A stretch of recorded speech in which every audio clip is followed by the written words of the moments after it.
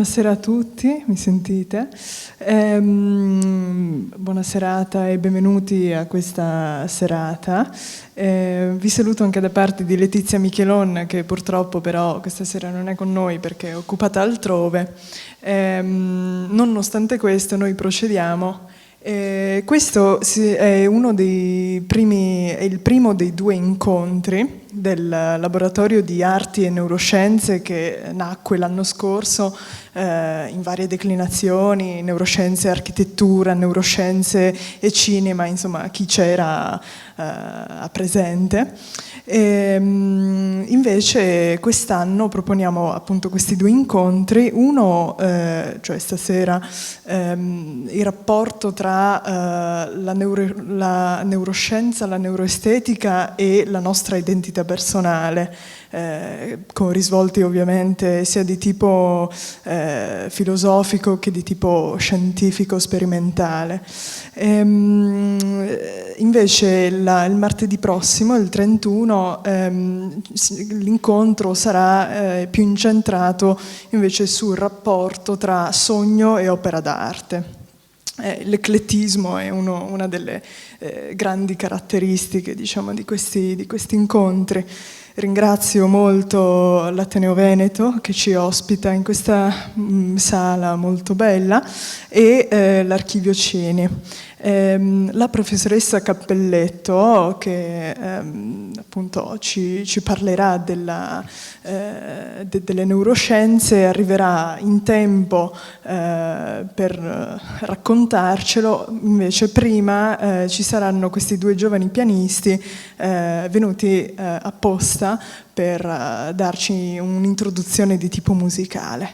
La professoressa Cappelletto ha insegnato e insegna tuttora all'Università di Milano, si occupa di estetica e ha studiato in anni passati e tuttora varie declinazioni delle neuroscienze, in particolare dell'estetica e del rapporto vero e proprio tra arti in senso lato e quello che può essere un approccio epistemologico di tipo neuroscientifico.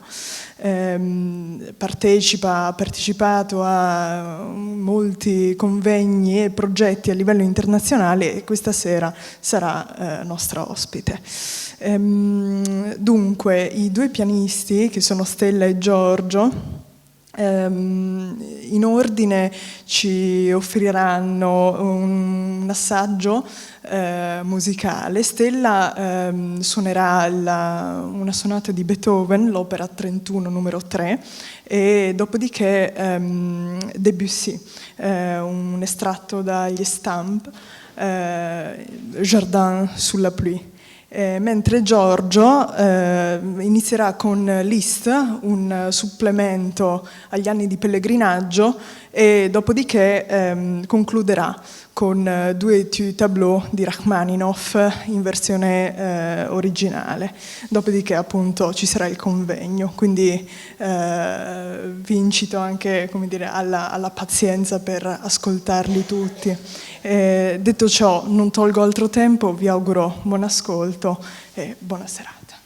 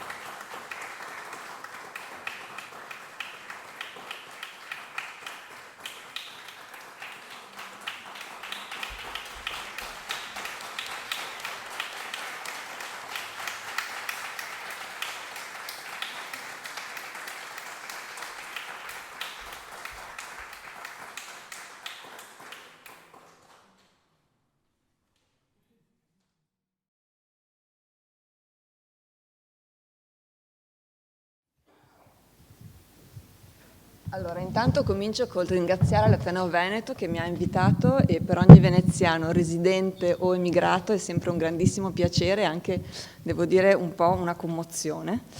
E in particolare ringrazio Letizia Michelon che non è con noi questa sera, ma spero che i miei saluti le vengano portati. Allora, il tema su cui mi è stato chiesto di dialogare con voi è la neuroestetica.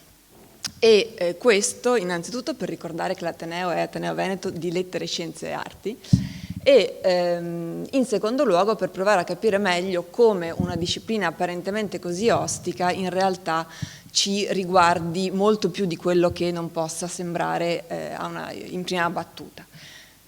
Forse 2 parole vanno spese per inquadrare di che cosa si tratta si capisce abbastanza facilmente se mettiamo la neuroestetica in quella grande famiglia, problematica ma interessante famiglia di discipline che nascono negli anni 90 e che vengono raccolte sotto il nome di neurohumanities, cioè il tentativo più o meno felice delle scienze umane di ricominciare un dialogo che in realtà segna tutta la storia della ricerca e della filosofia in modo particolare con le scienze neurologiche che si occupano principalmente della cognizione, cioè di come gli esseri viventi umani apprendono, ragionano, capiscono, ma anche sentono, desiderano, scelgono, vogliono, hanno paura, hanno piacere. Questa strada delle neurohumanities ha da un lato preso un abbrivio senz'altro pop, cioè noi abbiamo la neuroteologia, il neuromarketing. D'altra parte invece in un versante estremamente più serio e più problematico alle neuroscienze si sono rivolte discipline come la giurisprudenza e l'etica per risolvere questioni che riguardano la responsabilità personale.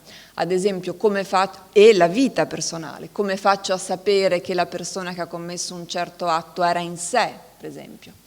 Come faccio a sapere che una persona affetta da una malattia terminale non è più cosciente? Ora, queste domande sono, come capite, assai serie e spesso le risposte che vengono dalla neuroetica, dalla neurogiurisprudenza, sono però risposte molto normative, cioè vengono svolti degli esami neurologici con delle tecniche che fotografano il cervello ed è di questo che vi parlerò a breve, risulta che in una certa zona del cervello non c'è più attività oppure che una certa zona del cervello è particolarmente attiva quando il soggetto si trova in situazioni, poniamo, ansiose e da questo si ricava che quella persona è portata a compiere una certa azione oppure che quella persona non è più cosciente. Ora, questo è riduzionismo ed è riduzionismo spiccio, cioè il tentativo che alcuni perseguono coscientemente e consapevolmente, cioè il tentativo di riportare tutta la personalità umana ad alcuni dati che sono quantificabili, fotografabili e che si possono indicare dicendo vedete questo è il cervello, lì accade o non accade questa certa attività e dunque ne ricaviamo che. Questa dimensione così normativa e anche prescrittiva delle neurohumanities, delle neuroscienze applicate o in dialogo con le scienze umane e sociali, devo dire è stata senz'altro di grande rilievo e anche servita a ottenere dei titoli sui giornali negli anni 90 e nei primi anni 2000. Dopodiché la finezza del metodo della ricerca senz'altro è aumentata e le questioni sono iniziate a essere molto più precise, molto più consapevoli di tutta la metodologia e di tutto l'orizzonte di conoscenza che è convocato dalle discipline appunto neuroumanistiche. E la neuroestetica sicuramente, io credo, ricade in questo ambito di questioni che hanno sviluppato nel corso degli ultimi decenni una consapevolezza che in altri casi non è invece dato riconoscere. Chi ha innanzitutto dato avvio a questa dimensione della ricerca? I neurologi. Questo va detto perché altrimenti non si capirebbero molti passaggi. I neurologi, i neuroscienziati hanno iniziato a porsi la domanda se l'esperienza estetica, l'esperienza affettiva potesse essere spiegata attraverso i dati che loro ritenevano di avere a disposizione. Alcune figure che sono peraltro delle figure di grande prestigio nella disciplina neuroscientifica specifica sono Semir Zeki, sono Vinay Ramachandra, ma poi a seguire tutta una famiglia di giovani o meno giovani neuroscienziati hanno lavorato in quest'ambito di ricerca in 2 direttive principali, una sperimentale e una teorica. Quella sperimentale vuol dire che io prendo 20 persone, qua lo dico con un tono polemico molto consapevole, prendo 20 persone, le metto, le stendo in uno scan, che è quello che ciascuno di noi purtroppo spesso conosce per ragioni mediche, sottopongo a questi che si chiamano soggetti sperimentali, poniamo dei quadri, e vedo quale parte del cervello si attiva sotto quale stimolo. Questa è la metodologia sperimentale che nel tempo non è diventata molto più sofisticata di così. Invece c'è una prospettiva più teorica che cerca di ragionare su quello che si chiama lo statuto epistemico, cioè il valore di conoscenza delle immagini che vengono sottoposte ai soggetti sperimentali, si interrogano su che cosa vuol dire essere un soggetto sperimentale, si chiedono che effetto faccia a una persona trovarsi in uno scan e guardare dentro uno scan una riproduzione in fotografia molto piccola, magari in bianco e nero, ad esempio degli oli che sono qua, oppure guardarli in quelli che si chiama un ambiente ecologico. Il livello della ricerca ad oggi è quello dell'ambiente ecologico, cioè ci si interroga sull'intelligenza, sugli affetti, sulle esperienze che le persone fanno, cercando, benché si sia in un setting laboratoriale, di riprodurre nel modo più fedele possibile, più efficace possibile, l'ambiente reale. L'ambiente così come noi lo incontriamo nella nostra vita quotidiana, nelle nostre esperienze quotidiane, quando andiamo per davvero a teatro, quando andiamo per davvero a vedere dei quadri, quando veniamo davvero a sentire un concerto e così via. Su questo grandissimo sfondo si sviluppa appunto la neuroestetica e di solito si pensa che la neuroestetica sia, come dire, il risultato di quello che vi ho un po' riassunto, cioè grandi teorie, grandi progetti scientifici. In realtà la neuroestetica non ci sarebbe se non ci fossero state delle macchine molto precise, che sono le macchine di imaging cerebrale, cioè appunto gli scan che vi ho rapidamente menzionato prima e che voi conoscete per ragioni mediche, le EEG ed altri apparecchi che vedremo un pochino più nel dettaglio tra poco. Queste macchine sono in realtà degli dispositivi straordinariamente complessi che sono il risultato del sapere di discipline molto disparate tra di loro, l'ingegneria, l'informatica, la storia dell'arte, la medicina, le neuroscienze, quindi saperi diversi, una straordinaria quantità di algoritmi che si ricavano da questi saperi, computer, lettini, campi magnetici, energia elettrica, processi chimici, cioè non dovete pensare la macchina che registra l'attività cerebrale come se fosse uno strumento semplice, è uno strumento complesso, complicato, che assolutamente ha bisogno di più persone per essere fatto funzionare. Una volta che noi abbiamo a disposizione questi strumenti che fotografano l'attività cerebrale, possiamo iniziare a porre delle domande e a chiederci che effetto mi fa guardare un quadro, come il mio cervello reagisce quando vede le linee dritte di Mondrian, c'è una qualche differenza tra guardare un quadro di Mondrian o una griglia di un garage e così via. Ma prima serve la strumentazione che si chiama di brain imaging, cioè di visualizzazione cerebrale. Dopo, molto dopo, arriva quell'immagine colorata che più o meno ciascuno di noi ha visto del cervello umano con delle aree che sono magari rosse, magari blu, magari gialle, che sono colorate per attirare l'attenzione dell'osservatore, del clinico, della persona o del medico su una specifica zona. Per varie ragioni che proverò a discutere con voi oggi, l'effetto di quell'immagine, che è il risultato di queste macchine che rispondono alle domande della neuroestetica, è estremamente convincente. Cioè ci viene detto: questo è il tuo cervello, questo sei tu funzioni così, tu pensi così, tu stai male qua, tu sei contento lì e così via. Naturalmente questo non viene affatto detto così né dai neuroscienziati né dai medici, ma si è costruito un senso comune intorno a queste immagini, a cui noi crediamo, come crediamo alle fotografie, come crediamo alle fototessere, per le quali queste immagini hanno ottenuto uno spazio in quello che è un immaginario collettivo più vasto, una nostra disponibilità a credere che delle immagini del genere dicano effettivamente qualche cosa della nostra persona, di chi noi siamo.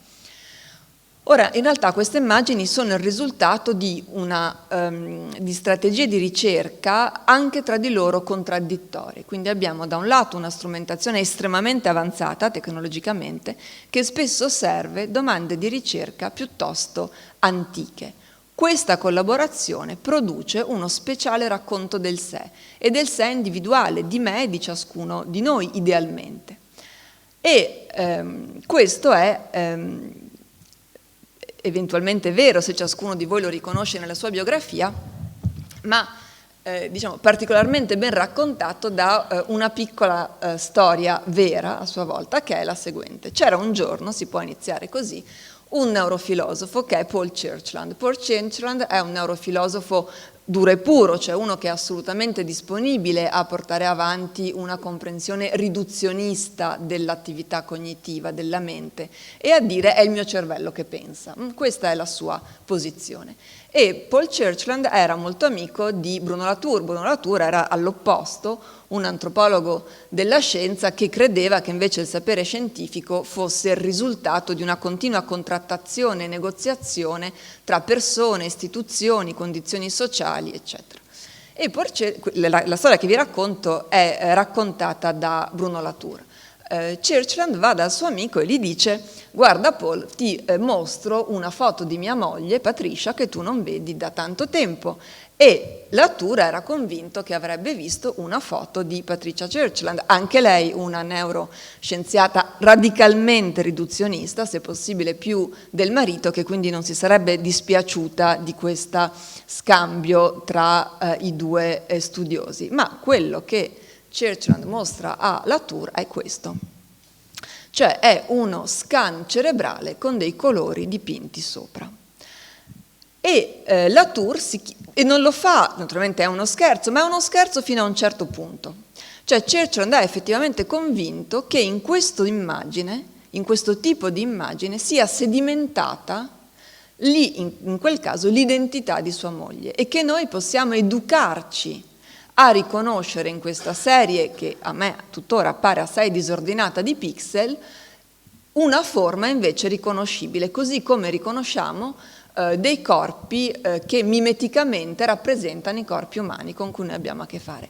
E questo è un problema naturalmente, cioè è vero o non è vero che è possibile educarci a leggere questo tipo di immagini, oppure è un così giochetto di un filosofo particolarmente attaccato a un'idea riduzionista dell'attività cognitiva e sensibile dell'essere umano. Certamente se Churchland può fare questo scherzo è perché noi trattiamo le immagini cerebrali come fossero dei selfie personali. Se qualcuno di voi ha una qualche familiarità con questo tipo di artefatto visivo, sa come girano tra coloro che le leggono, e girano proprio così, come delle carte di identità, senza che venga messa in discussione la loro produzione, senza che venga messa in discussione la quantità di sapere che ogni produzione richiede, e inoltre come se queste immagini ci dessero un accesso a un noi più intimo, un noi più vero, valendosi tra l'altro di una straordinaria qualità di persuasione, quella di essere le cosiddette immagini scientifiche. E quando uno ci dice che le nostre immagini, che quelle immagini sono scientifiche, noi immediatamente siamo molto disponibili a credere che dicano la verità. Ora, se questo può accadere è perché in realtà noi retrospettivamente attribuiamo all'immagine, al tipo di immagine, alla famiglia di immagini, tra cui questa è inclusa, tutto un sapere, tutta una disponibilità, un'abitudine alla lettura delle immagini che non ha nulla a che fare con queste che sono immagini operazionali e invece molto a che fare con immagini di questo tipo, cioè immagini che, diciamo così, naturali. Perché è possibile questa retroazione? Perché è possibile che noi attribuiamo a immagini che sono prodotte in un modo radicalmente diverso da una fotografia o da un dipinto ad olio? Perché è possibile che noi attribuiamo loro un potere esplicativo così alto, tanto che crediamo che queste immagini ci dicano qualcosa di vero su di noi? Questo è possibile perché ci sbagliamo e pensiamo che queste immagini siano trasparenti, cioè ci diano un accesso diretto al nostro cervello, come se noi potessimo attraversare quello che in letteratura si chiama l'alleanza pelle-cranio, come se noi potessimo perforare metaforicamente la pelle e il cranio degli esseri umani e vedere quello che fa il cervello in vivo mentre lo fa. Perché noi non stiamo parlando di un cervello estratto da un cadavere, perdonate, ma non stiamo parlando di una parte di un corpo che non è più attivo, stiamo parlando di un cervello che processa informazioni, che è attivo, che brucia zuccheri, dove circola sangue, cioè di un cervello assolutamente attivo, di un cervello vivo, di una persona viva che fa esperienze in prima persona. E noi le guardiamo così perché crediamo ancora, come si credeva nel Seicento, che l'io, la persona, fosse nascosta nel nostro cervello, fosse un piccolo homunculus che proprio fosse conservato, protetto dentro il nostro cervello e pensasse per noi e noi lo rivestissimo. Ed è curioso vedere appunto come delle teorie così antiche della personalità, per le quali si pensa che la personalità sia circoscritta, conchiusa, finita, stabile e localizzata dentro il cervello, queste teorie si alleano a delle strategie e a delle tecnologie straordinariamente invece nuove, che vengono peraltro costantemente aggiornate, quindi che sono sempre che subiscono un costante processo da un lato di obsolescenza, dall'altro di rinnovamento, e che nulla sanno della teoria delle personalità del 600 e del 700 europeo. Il fatto di non saper nulla non rende l'errore meno potente, tanto che oggi si parla, con un termine un po' ostico però efficace, di cerebrocentrismo. Cioè noi pensiamo, una parte del senso comune occidentale pensa effettivamente che noi siamo il nostro cervello. E questo non è un pensiero astruso che, come dire, viene così raccontato tra un gruppo di neuroscienziati pazzi. Questo è una convinzione a cui una certa industria riserva grandissima attenzione, ad esempio in tutta quella parte dell'industria contemporanea che è il gaming, i videogiochi. Oggi hanno un livello di sofisticatezza per il quale io faccio giocare due persone connettendo le reti neurali attraverso dei sistemi che registrano l'attività elettrica di entrambi, e questa connessione neurale viene reimmessa attraverso una serie di algoritmi molto complicati nel videogioco stesso. Oppure altre industrie producono dei, per ora costosissimi, ma tra qualche anno forse non più così tanto, dei costosissimi marchingegni che allenano il cervello a essere particolarmente funzionante stimolandolo elettricamente. E queste cose esistono nel mercato, esistono. Una volta si andava in palestra, adesso ci si mette un casco con degli elettrodi e si stimola elettricamente il nostro cervello. Perché lo si fa? È ovvio che ci sono molti dubbi non solo sulla natura di questo tipo di esercizi, ma anche sulla reale, come dire, sulla finalità e anche su ciò che si ricava. Ma il punto è che lo si può fare. E perché lo si può fare e lo si fa? Per la convinzione che, ancora con le parole di Paula Churchland, è che io sono quello che sono perché il mio cervello è quello che è. Ora, questa possibilità di rappresentare la propria attività cerebrale come se fosse la mia emozione, la mia espressione naturale, dipende da una tecnica molto antica dell'Occidente, che potrebbe sembrare non avere nulla a che fare con le TAC, gli scan, la risonanza magnetica e quant'altro, ma invece disegna una lunga linea di continuità, che è il ritratto. Uno dei primi modi in cui nella cultura occidentale ci si è presentati all'altro, si è conservata la memoria dell'altro, ci si è difesi dalla morte, dalla disparizione, si sono conservati i tratti caratteriali, è il ritratto.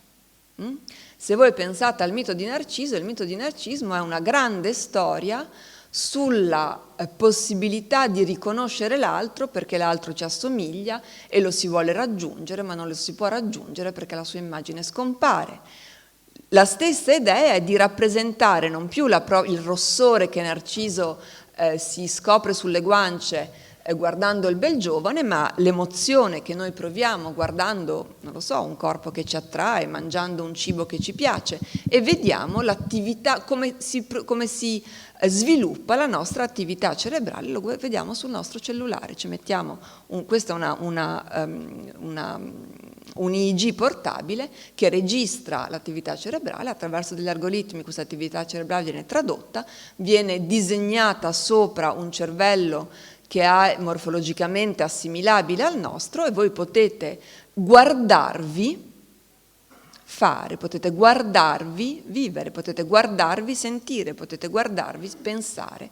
È un ritratto della vostra interiorità in atto, mentre la pittura era un ritratto della vostra esteriorità naturalmente, ma la linea è la medesima.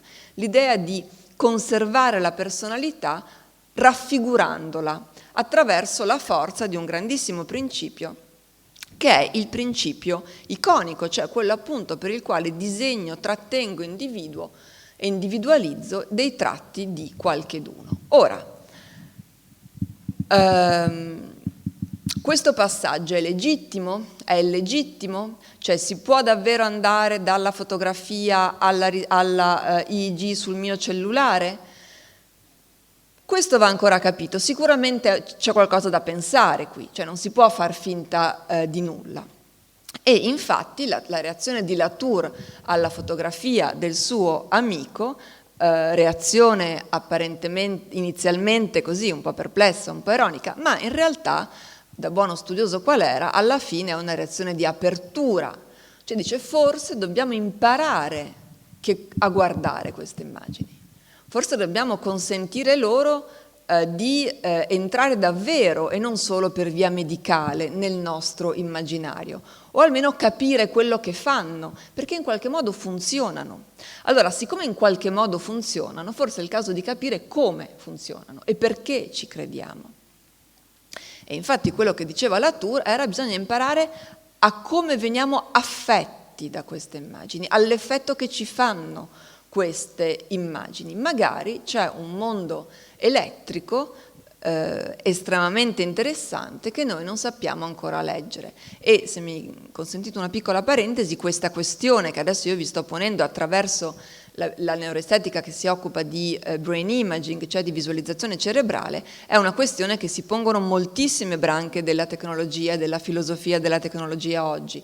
Per esempio tutti quegli studi che si occupano della registrazione del calore, oppure tutti quegli studi che si occupano del modo in cui i feti vengono visualizzati nelle diverse stazioni della gestazione. Sono due esempi molto importanti, con altre delle ricadute economiche e politiche straordinariamente significative. Allora, se questo è da pensare, se queste immagini, il loro potere epistemico, la loro capacità di convincerci sono degli oggetti che vanno pensati, dobbiamo guardare proprio le immagini così come sono loro, cioè non farci una teoria sopra, ma prenderle, considerarle con una certa lealtà, e si scoprirà una cosa che è sempre, in qualche misura rassicura sempre molto chi si occupa di queste cose, cioè gli artefatti materiali hanno la capacità di contraddire gli argomenti e le teorie che noi facciamo su di loro quando questi argomenti e queste teorie non sono più efficaci, non sono più adeguati. Cioè uno si può insistere finché vuole a far dire a un'immagine come questa che è davvero un ritratto. Dopo un po' l'immagine ti guarda e dice non ce la fai, non funziona fino in fondo, devi cambiare la tua domanda di ricerca, devi interrogarmi in un altro modo. C'è una grande capacità di resistenza epistemica degli artefatti che si guardano, c'è una grande capacità che gli artefatti hanno di chiedere a chi li studia risposte nuove, e risposte nuove si hanno solo con domande nuove. Per guardare queste immagini diversamente si può riconoscere una cosa che peraltro chi si occupa di immagini sa da molto tempo, cioè che le immagini fanno le cose. Le immagini non funzionano solo come delle tesserine, dei segni, ma sono capaci di farci fare le cose, sono capaci di sedurci, sono capaci di convincerci, hanno una grande forza retorica, una grande forza di persuasione. Ci raccontano il mondo. Quando si diceva, adesso si dice meno, ma una volta si diceva che vivevamo in un mondo fatto di immagini, si diceva in fondo questo: viviamo in un mondo nel quale ci muoviamo perché guardiamo le immagini che ci vengono consegnate. Quando noi guardiamo il telegiornale guardiamo un mondo fatto di immagini, quando noi guardiamo la televisione guardiamo un mondo fatto di immagini e queste immagini conducono, ci prendono per mano, a volte non lo sappiamo fino in fondo a che livello, ma ci prendono per mano e ci invitano a dei comportamenti che sono comportamenti etici, politici, sociali ed anche a comportamenti che si chiamano epistemici, cioè comportamenti che hanno a che fare con le strategie di ricerca. Allora, che cosa fanno queste immagini di cui vi ho mostrato un esempio? Bene, queste immagini fanno una cosa molto strana, cioè rendono visibile una materia che non è visibile, perché se un'immagine dell'attività cerebrale rende visibile una parte del cervello attiva, cioè in cui c'è grande attività metabolica, per esempio, bene, rendono visibile qualche cosa che di per sé non ha nulla di visibile, perché l'energia e la liberazione di, non lo so, processi chimici, capacità metaboliche, capacità magnetiche, capacità elettriche, capacità fisiche, questi processi qua non sono dati all'occhio naturale, non sono fatti per essere visti, non sono impronte di un dito sulla sabbia o sulla cera, non c'è nulla che è destinato all'occhio, che è destinato alla visione, alla visualizzazione. Sono tutti processi in cui letteralmente le macchine entrano e li trasformano in una resa visiva. Ma le immagini che vi ho mostrato prima parlano di una, ad esempio questa, dell'EEG, mostrano, ci rendono visibile qualche cosa che non ha nulla dell'ordine del visivo. Sono immagini completamente artefattuali, non sono finte, non sono false, ma trasformano nel regno della visione qualche cosa che della visione non ha assolutamente nulla. E vi racconto un po' che cosa fanno almeno due tipi di queste immagini cerebrali del cervello attivo, del cervello in funzione. La prima è l'MRI, cioè che ha una forma di visualizzazione cerebrale attraverso la risonanza magnetica. Le immagini di risonanza magnetica sono delle riconfigurazioni visive che attraverso degli algoritmi vengono generati da computer utilizzando dei dati che sono fisici che misurano il tempo che ci mettono gli atomi di idrogeno a svolgere una certa attività. Il corpo umano è pieno di atomi di idrogeno, il cervello è pieno di atomi di idrogeno. E viene fuori un'immagine del cervello. Il radiologo, che è come se fosse il fotografo nel nostro caso, prende questa immagine e si diverte a giocarci sopra. Quindi quell'immagine così scientifica e così oggettiva che noi pensavamo di avere in mano non lo è affatto, perché è un'immagine che viene corretta e per esempio modifica le ombre di grigio se ritiene che insomma l'immagine che viene fuori non è proprio così perspicua, non è proprio così chiara, non vedo davvero un cervello. Quindi ci metto un po' più di grigio, ci metto un po' più di bianco, ci metto un po' più di nero, oppure gioca di contrasti, cioè distribuisce i grigi, i bianchi e i neri in modo da far emergere una certa zona cerebrale, non molto diversamente da come si poteva rendere la guancia un pochino più rosa in un ritratto di una damigella se si voleva mostrare, non so, più in buona salute, diciamo. Un secondo tipo di immagine cerebrale è la PET. Allora, perché è interessante la PET? La PET, di nuovo, non ha nulla a che fare col regno dell'iconico. La PET è un anello nel quale entra il cervello che rileva i positroni che vengono emessi. Se vi resta tutto ciò oscuro non ha alcuna importanza, anzi mi aiuta nell'argomentazione, perché ci sono questi positroni che vengono emessi da degli isotopi radioattivi. Com'è che gli isotopi radioattivi stanno nel cervello? Perché gli vengono iniettati. Con una iniezione, se voi avete fatto una PET col contrasto, avete fatto esattamente questo. E poi accadono nel cervello degli eventi circolatori e biochimici che vengono registrati. L'immagine finale non è l'immagine di un cervello, sono stringhe di numeri. E c'è stato un grandissimo dibattito negli anni '80 tra gli scienziati, quelli seri, che dicevano non si può fingere che queste siano immagini del cervello, non lo sono dati, sono numeri e dobbiamo avere accesso a questi dati, a questi numeri leggendo dati e numeri. E poi c'erano i medici, e i medici avevano a che fare con i pazienti e È complicato dire a un paziente guarda questa stringa e sappi che è quella zona del tuo cervello nel quale al momento io sto rilevando che c'è un problema, non so, c'è un cancro, tipicamente la PET salva il cancro. È più complicato.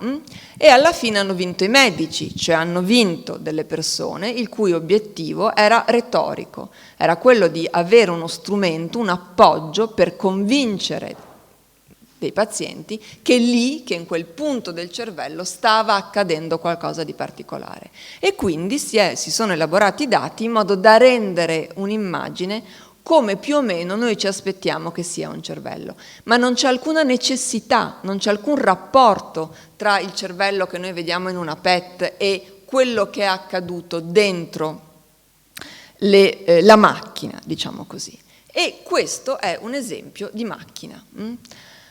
Allora, voi pensate a un pittore che ha un pennello, che ha una tavolozza, che ha una tela, che ha un modello, che ha una luce più o meno naturale o artificiale, una candela, e poi visualizzate e viene fuori un dipinto. E poi pensate a questo. Questo è un setting sperimentale dal quale si ricava, ad esempio, appunto, un'immagine di risonanza magnetica. E vediamo subito come è fatto. Ci sono una straordinaria quantità di schermi che sono tutti azionati da remoto.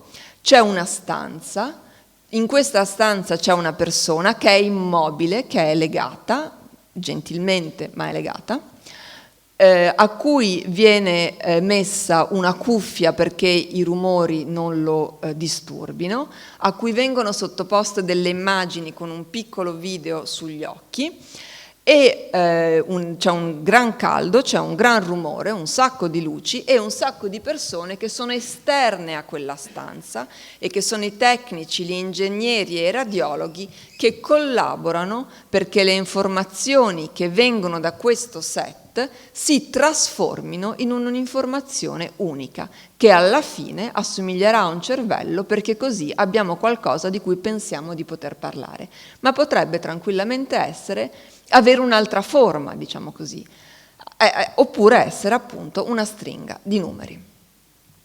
Allora, questi apparati di brain imaging, cioè queste macchine che producono le immagini che noi pensiamo siano immagini fedeli del nostro cervello, vengono pensate in realtà come pratiche infinite, open-ended practices, le chiama una studiosa particolarmente Karen Barad, particolarmente importante in questo campo. Cioè sono dei processi che possono non terminare mai. Una persona potrebbe, in un film dell'horror fantascientifico, stare in uno scan continuamente, se viene alimentato, e continuamente gli vengono sottoposti degli stimoli visivi e continuamente vengono raccolti dati e continuamente vengono prodotti delle stringhe di numeri dell'attività del suo cervello. Non c'è nulla che a parte l'elettricità che manda le macchine avanti, non c'è nulla che dal punto di vista del processo di figurazione cerebrale lo impedisca. Quello che si costruisce qui è una collaborazione molto problematica tra persone e macchine. Se viene più facile pensarlo, tra persone e robot, perché nella buona sostanza questi sono robot. E che realizzano un'interazione che è un'interazione da pensare nel senso più letterale possibile, cioè se io faccio un'iniezione radioattiva a un corpo umano, questa interazione non è metaforica, cioè io ho modificato la materia vivente per renderla visibile, e le strategie di brain imaging sono questo, sono modificazioni della materia vivente dei corpi umani perché una parte di questo corpo venga reso visibile e quindi si possa intervenire su questa parte di corpo che è il cervello resa visibile con più precisione, ad esempio chirurgicamente. Infatti queste immagini sono molto utili per i neurochirurghi. Oppure, in modo più problematico, come vi dicevo all'inizio, se devo decidere se c'è o meno attività cosciente in una persona, vedo dov'è eventualmente, o dove non è più, l'attivazione cerebrale. Una delle cose complicate è chi è responsabile di questo. Chi fa veramente queste immagini? Chi è l'attore di queste immagini? Chi ha la responsabilità etica, ma operativa, ma politica, ma economica di queste immagini? Quando così tante persone, così tante macchine e così tanto denaro è tutto necessario alla produzione di un piccolo selfie cerebrale, chi è che veramente lo ha fatto? E di chi è veramente quell'immagine? Siamo così sicuri, poniamo se io nello scan, siamo così sicuri che quello sia il mio cervello? O quell'immagine là in fondo appartiene a tutti coloro, a tutti gli attori che sono intervenuti in questo processo, a chi ci ha messo i fondi, e parliamo di finanziamenti estremamente significativi, alle istituzioni che hanno consentito, che hanno dato i luoghi, ai ricercatori che ci hanno lavorato. Si tratta infatti molto spesso di una proprietà diffusa, cioè non c'è un reale copyright di queste immagini. Non c'è, al punto che quando io vi ho mostrato l'immagine del cervello di Patricia Churchland ho mentito, perché questo non è affatto il cervello di Patricia Churchland. Questo è il cervello di una persona che collabora con me, che aveva un'immagine, una PET, e che me l'ha imprestata. E va bene così, potrebbe essere sua, potrebbe essere di altri. Perché è sua e non di altri? Perché oggi scaricare da Google questa immagine è piuttosto complicato, perché sono appunto si cerca di, diciamo così, tutelarne il copyright. Ma perché in fondo nessuno di noi, perché ce la facciamo andare bene? Perché nessuno di noi ha detto no dai, non è la sua? Nessuno di noi l'ha detto perché questo tipo di immagini sono caratterizzate da una grandissima anonimia. Non sono facilmente appropriabili, non sono facilmente identificabili.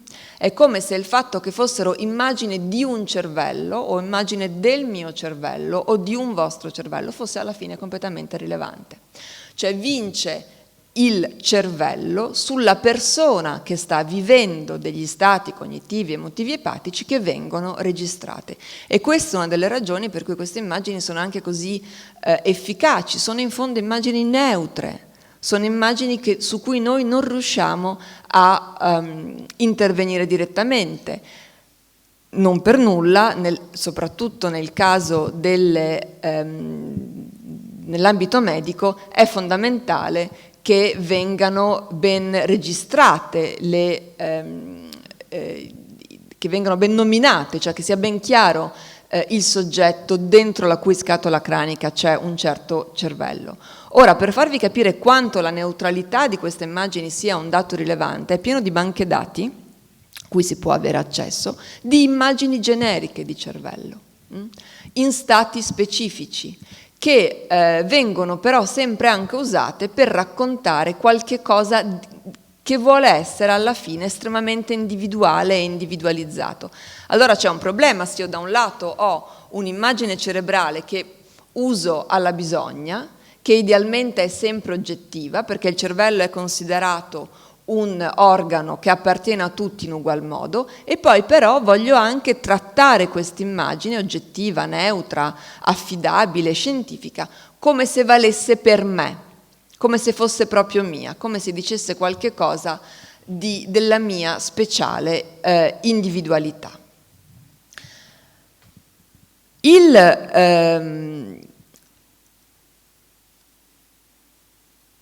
Una delle cose più scandalose, se volete, di questo processo di visualizzazione del cervello è che la materia cerebrale in vivo, la materia cerebrale in atto, diventa capace di essere vista grazie all'intrusione di alcune tecnologie specifiche. Quindi noi stiamo trasformando un organo vitale che di per sé se ne sta sereno al chiuso, almeno fino a quando la persona a cui appartiene non è deceduta, lo stiamo trasformando in un oggetto del nostro immaginario quotidiano, della nostra esperienza quotidiana e in qualche modo in un nostro pari, in un altro dei molti soggetti, non nel senso di persone, ma attori che hanno un potere politico, una responsabilità politica, una responsabilità etica. Se voi pensate all'utilizzo dei farmaci psicotropi, ad esempio nelle scuole, vi rendete subito conto di come questa mia affermazione sia molto più concreta di quanto non si possa pensare. Cioè il ragazzo ha non so, un comportamento che non è coerente, che non è utile, che non è in linea con quello della classe, e il ragazzo viene trattato in termini di cervello del ragazzo, cui vengono somministrati certi prodotti chimici, e questo viene fatto in modo standardizzato, di nuovo trattando il cervello del ragazzo come se fosse da un lato proprio il cervello di quel ragazzo che mi disturba in aula, dall'altro però un cervello qualsiasi, e forse non viene mai detto a sufficienza quanto poco funzionino i farmaci psicotropi, perché vengono tutti tarati su cervelli neutri, su cervelli anonimi, su cervelli standard, ma quando tu li dai a una persona, quella persona non è anonima, non è standard, e infatti gli effetti collaterali sono straordinariamente alti. Ora, dal mio punto di vista, che non è il punto di vista di un medico, questo è interessante perché c'è una tensione tra la specificità, l'individualità della persona e la genericità e l'obiettività presunta del cervello che io ho visto in immagine attraverso le strategie di visualizzazione cerebrali, che vengono, lo ripeto ancora una volta perché è un punto molto importante, attuate come collettivamente, cioè c'è una collettività che partecipa, che produce quella singola immagine di quel singolo cervello. Ora, se è così, quello che sicuramente ci serve è una più adeguata epistemologia per capire chi è quello che vediamo in immagine. Cioè dobbiamo imparare a guardare queste immagini del cervello meglio per capire se e in che modo parlano di una persona, se e in che modo la rappresentano, se davvero aveva ragione Paul Churchland dicendo che in fondo quello era un ritratto, lui aveva lo scan vero, non come il mio, quello era un ritratto di sua moglie, o se invece stiamo facendo, senza quasi rendercene conto, ancora una volta un'opera di essenzializzazione, di universalizzazione della persona umana, per cui siccome tutti abbiamo un cervello, allora il cervello deve essere uguale per tutti. Questo discorso qua non si può fare, non è mai stato fatto e non si può concludere se ci dimentichiamo come viene prodotto il cervello oggi, come viene studiato, come viene sottoposto a chi se ne occupa e viene sottoposto in immagine. Cioè ci sono, la straordinaria maggior parte dei neuroscienziati non ha mai visto un cervello in vivo, anche perché è molto difficile vedere un cervello in vivo, bisogna andare in una sala chirurgica mentre un chirurgo l'opera e fare degli esperimenti complicatissimi, vedono immagini del cervello, lavorano su banche dati delle immagini cerebrali e credono che quelle immagini corrispondano a qualche cosa di assolutamente naturale, di dato, di fisiologico, di immediatamente disponibile, e non come se non fosse invece un prodotto altamente sofisticato di una grande quantità di tecnologia da un lato e di una certa idea molto precisa della persona umana dall'altro. Grazie.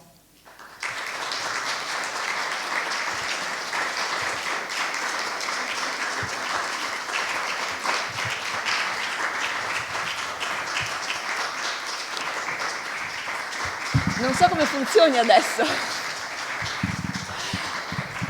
Allora, mi dicono dalle quinte che ci possiamo salutare, a meno che non ci siano naturalmente delle domande, alle quali rispondo molto volentieri, e se no vi ringrazio per questa cavalcata nelle tecnologie di visualizzazione cerebrale. Arrivederci.